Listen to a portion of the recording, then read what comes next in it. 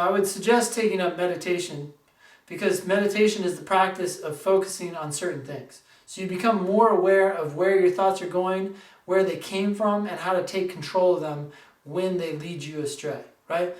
Like meditation is this constant practice of like, focus on your breath. And you're like focusing on breath. And like 2 seconds later, the person's like, hey, are you focusing on your breath anymore? You're like, no, I'm actually thinking about the jerk who cut me off in the, whatever. And then they're like, okay, pay attention to the breath again. And so then you start to become aware of how your mind just wanders all the time, right? And you become better and better at focusing. So it's a little bit of a tangent, but I would suggest doing that just for anyone. It's just a general healthy practice to gain control of the uncontrolled mind.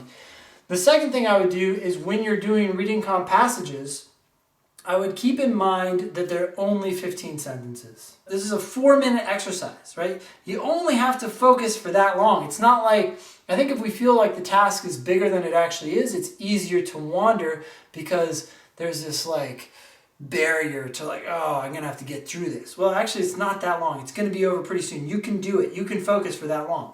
And then also pretend to be interested. So I heard one psychologist describe our mind as many sub-personalities. And I think it's a good analogy because you can actually kind of deceive different parts of your brain, it seems, right? So if you read a passage and it starts to talk about 18th century literature, right? You might be like, I don't care about that stuff.